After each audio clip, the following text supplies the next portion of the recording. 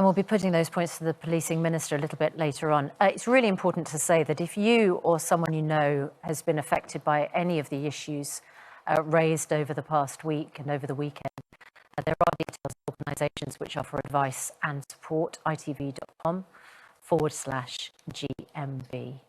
OK, let's have a look at the weather. Here's Laura.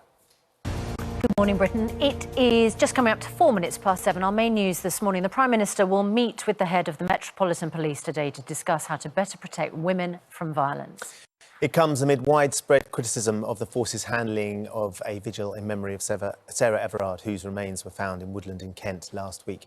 Our chief correspondent, Richard Gay. So that is our main news. Let's get the rest of the headlines here, Charlotte. Still ahead on Good Morning Britain, he is the voice of one of the greatest rock bands of 18 minutes past 7. Should we just have an acknowledgement? Yesterday was a big day for mums. Lots of mums in the studio. Did everybody have a good Mother's Day? But teenage boys, it's not you having the lion. Did they actually get out of bed at some point? They got out of bed eventually, and I was spoiled rotten. But you know what it did enable me to do? It enabled me to have a proper conversation with my mum while they see their mum. Yeah. And also, even if you were able to see your mum and you weren't in a support bubble with your mum, you weren't able to hug your mum. And, you know, it's been a tough time. And yesterday, I think for a lot of people was probably a tough day.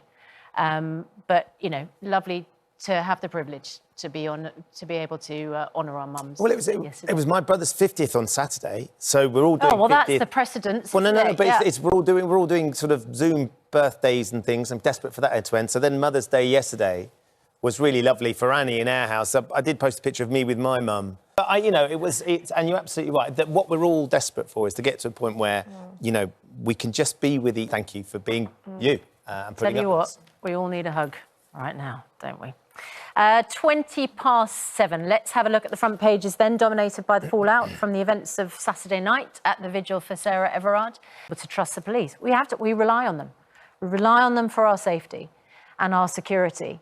And, you know, and I'm sure police officers will have been as appalled by what happened at the weekend. Lots of people getting in touch to say, Di says, I agree with the reasons of holding the vigil, but I don't support it in the pandemic. I don't support the troublemaking groups who seem to have taken it over. JK says, I really feel for the police, putting their lives at risk, doing their jobs. This will have been the last thing they wanted when such a large crowd, no distancing, few masks, refused to disperse. They were in an impossible position. I think Kevin's point as well, though, is as the speeches started, it had been a very peaceful vigil up to then, as the speeches started. And the volume was raised. Yeah, they had no PA system. Everyone had to come closer to hear what the speakers were saying. It started with a councillor making a speech and then a few more of the women stood up, and that's when things seem to have escalated. 7:38.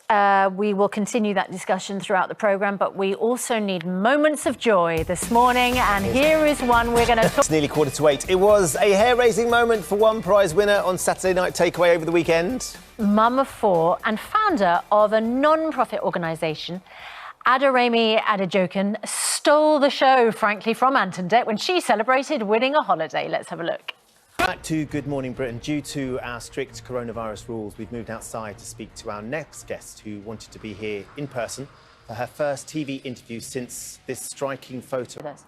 That photograph of you being pinned to the ground by police officers has become a symbol, really. Go down, because there had been videos recently on social media platforms. So I think this, you know, this was a thing that we all relate. Because I think anybody watching what happened seemed to see during daylight a very peaceful, respectful vigil with at its heart honouring flowers and speak about her understanding. But then something happened after nightfall, and it centred around the bandstand, which is women on the bandstand, and there were quite a few police. So it was distance until the police came, because for it to happen so quickly and everything, there was a guy in front of me giving me like a card saying... Feel in that moment, you're pinned to the ground, there's police officers around you. Yeah, I was terrified. Patsy, at any point about the fact that we're in the middle of a pandemic, from a public health perspective, the police are in an invidious position because they've got to try and implement the protocols and yet allow you to... Allowed to. A lot of people were like, you know, we're going. It was getting colder. There wasn't any facilities there. Yeah, there was no public toilets or anything, you know, it was long, and it just ended up staying. So as a woman, she's more determined than ever to fix things. Yeah. Family, because absolutely at the heart of this is the loss of their daughter. And you personally, because you've become the focus because of the extraordinary pictures that were taken.